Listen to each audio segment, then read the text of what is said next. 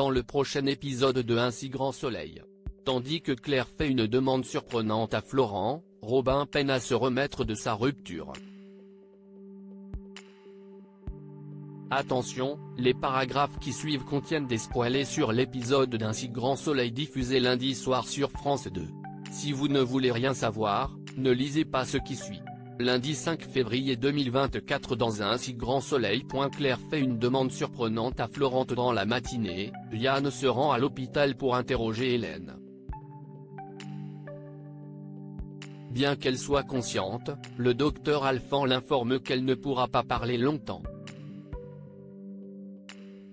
Il faut dire qu'Hélène souffre d'une amnésie post-traumatique rétrograde partielle. Tandis que le policier cherche à savoir si c'est un état qu'elle peut simuler, le médecin affirme que c'est possible avant de préciser que ce n'est pas son cas. En effet, Alain lui assure que c'est actuellement le trou noir dans sa tête. Yann se rend donc dans la chambre d'Hélène pour lui poser quelques questions. Quand il lui demande la dernière chose dont elle se souvient, Hélène ne le sait pas et a perdu toute notion du temps. Yann lui montre ensuite une photo de Christian, qu'Hélène reconnaît tout de suite. Elle précise d'ailleurs que le marchand d'art n'est pas quelqu'un de bien et qu'il l'a jeté après s'être servi d'elle. Toutefois, elle ajoute qu'elle ne l'a pas revu depuis plusieurs mois. Au moment où le policier lui montre une photo de Christian mort, Hélène verse quelques larmes et se met à paniquer. Non loin de là, les scellés de la galerie ont été levés pour le plus grand bonheur d'Alix qui ne perd pas une seconde pour allumer son ordinateur et éplucher le contenu de la clé USB que Christian lui a donnée avant sa mort. Puisqu'il s'agit de documents financiers, Alix comprend que Christian a planqué son argent et compte bien le récupérer. Ulysse accepte de l'aider. À l'hôpital, Hélène est encore choquée par son entrevue avec la police. Claire l'enjoint à se reposer mais elle aimerait savoir si c'est elle qui a tué Christian. Seulement, l'infirmière ne sait rien et tente de la rassurer. Inquiète pour elle, Claire attend d'être rentrée chez elle pour demander à Florent de prendre en charge la défense d'Hélène, ce qu'il finit par accepter uniquement pour faire plaisir à sa compagne. Au commissariat, Yann et le commissaire Becker font le point sur l'enquête.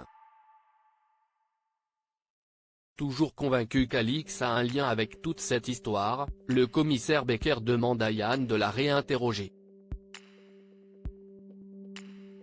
Seulement, ce dernier sait qu'elle ne dira rien de plus. En revanche, avec Ludo c'est une autre histoire. En lui mettant la pression, il est certain qu'il déballera tout. Ludo est donc convoqué au commissariat.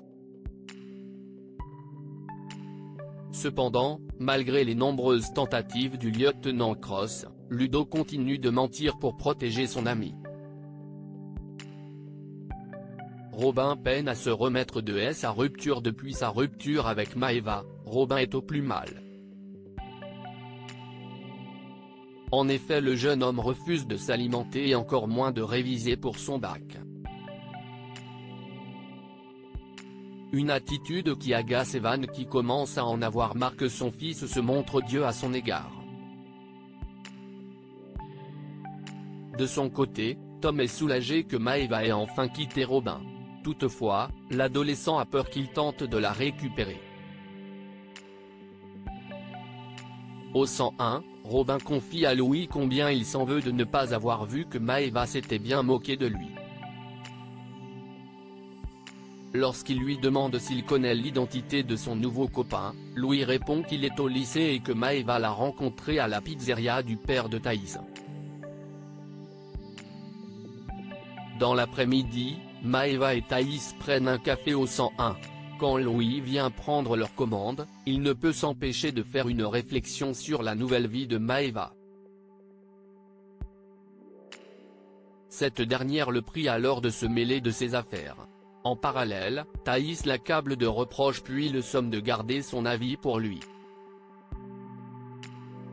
En fin de journée, Tom voudrait voir Maëva graffer mais cette dernière décline car elle préfère être seule pour le faire. Seulement, Tom a bien vu que quelqu'un la prenait en photo pour ses réseaux sociaux. En apprenant que c'est Robin et qu'elle ne se voit pas le faire avec un autre que lui, le jeune homme le prend mal.